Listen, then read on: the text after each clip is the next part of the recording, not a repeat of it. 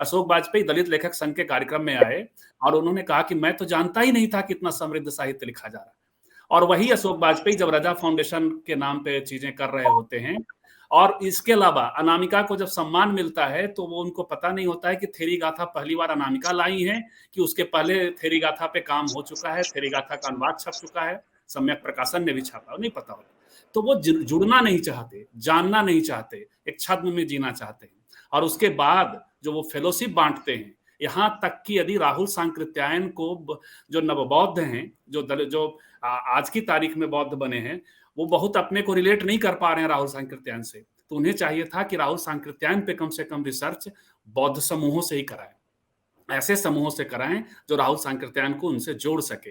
तो न कोई ऐसा एजेंडा है, एक स्क्रूटनी करने की जरूरत है, एक सोशल ऑडिट की जरूरत है कि वहां हो क्या रहा है। लेकिन खैर, अशोक वाजपेयी अपार्ट, असंग सर, एक तो ये विषय है, दूसरा अब तक की जो आपने बातचीत पूरी सुनी है, तो आपकी प्रारंभिक टिप्पणी हम ले लें और उसके बाद फिर दूसरे दौर में आएंगे। धन्यवाद संजीव जी। मेरी आवाज तो आ ही रही होगी, मैं एक्चुअली आज काफी स्ट्रगल के साथ में आपसे जुड़ा हूँ। काफी अच्छी बात पूनम जी ने कही, रूप जी ने, अरुण जी ने कही, और आवेश जी ने तो बहुत महत्वपूर्ण सवाल उठाए हैं। दरअसल मैं ये देखता हूँ कि जो 90 के बाद में बहुत सारी चीजें जिस गति से बदलना चाहिए थी, वह गति उस आखिरी दशक तक तो दिखाई देती है, उसके बाद वो क्षीण हो जाती। और इस क्षीण होने के पीछे यदि आप देखेंगे तो सवर्णवादी जो नजरिया है उसी का वर्चस्व दिखाई देता है। 90, अगर हम राजनीति के साथ में अगर जोड़ते हैं तो 90 का जो दशक था, 90 में मंडल आंदोलन के मंडल कमीशन लागू हुआ, उसके खिलाफ कमंडल आया, और वैश्विक परिदृश्य में राजनीति ने भूमंडलीकरण, उदारीकरण की प्रक्रिया जो चालू हुई तो रशिया के टुकड़े हुए। अब जो हमारे सो कॉल्ड तथा कथित मुख्यधारा के जो साहित्यकार हैं, अब देखिए यहां से ही उनका षड्यंत्र चालू हो जाता है।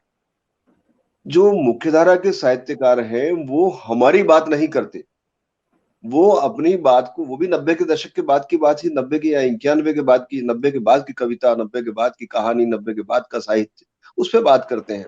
और जब वो 90 के बाद की बात करते हैं तो वो सीधा ले जाकर के यूएसएसआर से जोड़ते हैं। वो मंडल कमीशन की बात नहीं करेंगे कि उन्होंने समता की बात की है, वो बोलेंगे ग्लासनोस्ट पेरेस्ट्रोइका के कारण जो सोवियत रूस था उसका विघटन हो गया, तो साहित्य में क्या बदलाव आया। अरे भाई, तुम वहां की बात कर रहे हो, यहाँ हिंदुस्तान में, लेकिन दिया तले अंधेरा वाली जो बात उनकी है, वो दिया के तले तो देखे कि यहाँ पर मंडल कमीशन के आने के बाद, उसकी अनुशंसाएं लागू होने के बाद जो चीजें समानता की ओर अग्रसर था, एक बहुत बड़ा तबका, बहुत बड़ा समाज, उसको रोकने के कितने अवरोध पैदा किए। वो तुरंत, अब 2 साल के अंदर देख लीजिए क्या चीज हुआ। सांप्रदायिकता ने इस कदम मुंह उठाया कि पूरे देश में दंगे फैले, सामने की स्थिति है। हालांकि राजनीति आज हमारा विषय नहीं है, लेकिन हम राजनीति को अलग करके साहित्य को नहीं देख सकते। बिल्कुल बिल्कुल, कहीं ना कहीं साहित्य जो है हमारे समसामयिक राजनीतिक घटनाओं से भी प्रभावित होता है।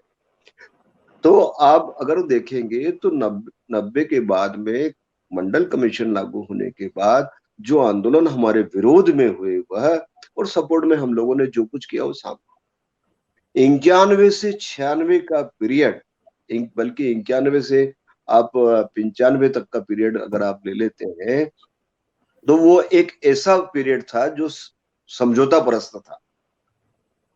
आर्थिक उदारीकरण तो हिंदुस्तान में उस समय काफी आया, लेकिन जिस ईमानदारी के साथ में ये अनुशंसाओं को लागू किया जाना था, केंद्र सरकार ने अपना जो स्पष्ट 6-7 लोगों का बहुमत नहीं था, उन्होंने किस प्रकार से समझौता करते हुए चलाया, ये सामने उदाहरण है। तो हुआ ये कि हमें जो चीजें, जो बातें हमारे साथ होना, हमारे अगर राजनीति में क्षेत्रीय नेता, मैं क्षेत्रीय शब्द का ही इस्तेमाल कर रहा हूं, तो अगर वो नहीं होते तो बहुत सारी चीजें हम नहीं संभाल पाते, चाहे वो यूपी में हो चाहे बिहार में हो। तो कहीं ना कहीं उसे सपोर्ट मिला, लेकिन जो सवर्ण लोगों का, सवर्ण राजनेताओं का सपोर्ट होना था, सवर्ण साहित्यकारों का सपोर्ट होना था, वो नहीं हुआ। उन्होंने हमें 80 के थोड़ा दशक उसमें में सर उसमें उसमें एक बात और जोड़ दूं कि बल्कि जहां जहां सामाजिक न्याय की सरकारें रहीं, वहां भी साहित्य की जो संस्थाएं थी उस पर सवर्ण वर्चस्व ही रहा। अरुण भाई वो बताएंगे आपके बिहार और यूपी में क्या हुआ। बिल्कुल जी बिल्कुल आपका कहना एकदम दुरुस्त है। सवर्ण वर्चस्व ही रहा, सामाजिक न्याय की जो सरकारें थी वहां पर भी उनका ही वर्चस्व कायम रहा। और ऐसे लोग थे, ऐसे लोग वर्चस्व में कायम रहे जो थाली के बैंगन जैसे थे। चाहे वो राजनीतिक दृष्टि से देखें, कांग्रेस पार्टी की सरकार हो तो उसमें भी वो उसी महत्वपूर्ण जगह बैठे, भाजपा आई तब बिल्कुल। भी उस वही जगह बैठ गए। और सामाजिक न्याय के अधिकारिता वाले जो हमारे राजनीतिक दल थे, उनकी सरकार आई तो वो भी वहां काबिज थे। उन्होंने कब्जा नहीं छोड़ा। और हम लोग चलता है में हमारे नेता लोग उसको करते रहे। तो हमें हमारे जो लेखकों को जो स्थान मिलना था वो नहीं मिला। अब आप देखिए कि क्या हमारे पास में फूले साहूजी महाराज की विचारधारा का, पेरियार की विचारधारा के लेखक नहीं थे? हमारे पास उस समय उनकी विचारधारा के लेखक थे, अम्बेडकरवादी लेखक। और ये पूरा अर्जक संघ के सारे लोग मिलकर के लिख रहे थे, सारे लोग एकजुट थे। लेकिन उनको जो प्लेटफॉर्म देना था वो नहीं दिया। आज आप देखें, क्या दलित साहित्य अकादमी का निर्माण हुआ सरकार की तरफ से? नहीं हुआ। पश्चिम बंगाल में जरूर देखने में आता है कि भाई मनोरंजन व्यापारी जी को वहां का अध्यक्ष बना दिया। वहां और वहां दो मजबूत दलित साहित्यकारों को लाया गया, मनोरंजन हाँ, व्यापारी और कल्याणी कल्याणी ठाकुर। कल्याणी कल्याणी जी वहां, कल्याणी ठाकुर जी वहां बनी है।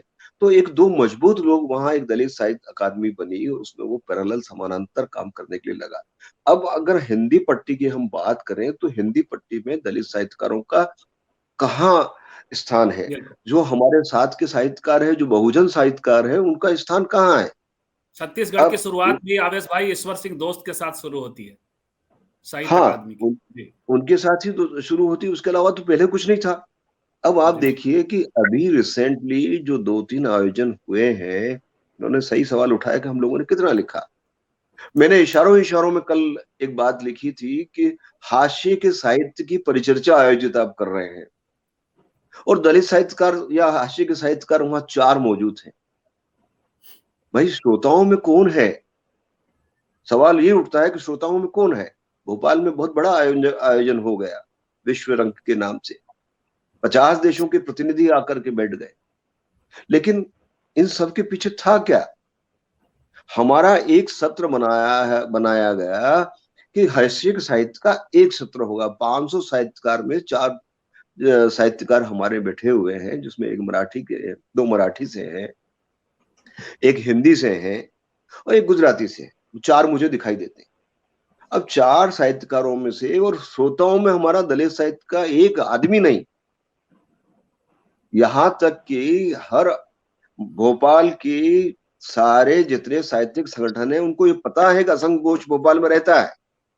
लेकिन एक कार्यक्रम का भागीदार बनाना तो बहुत बात की बात है। मैं उसकी मांग भी नहीं करता कि आप मुझे भागीदार बनाओ, लेकिन आप उसे आमंत्रित करना तक उचित नहीं समझते, कि इनविटेशन कार्ड देना तक उचित नहीं बिल्कुल, समझते।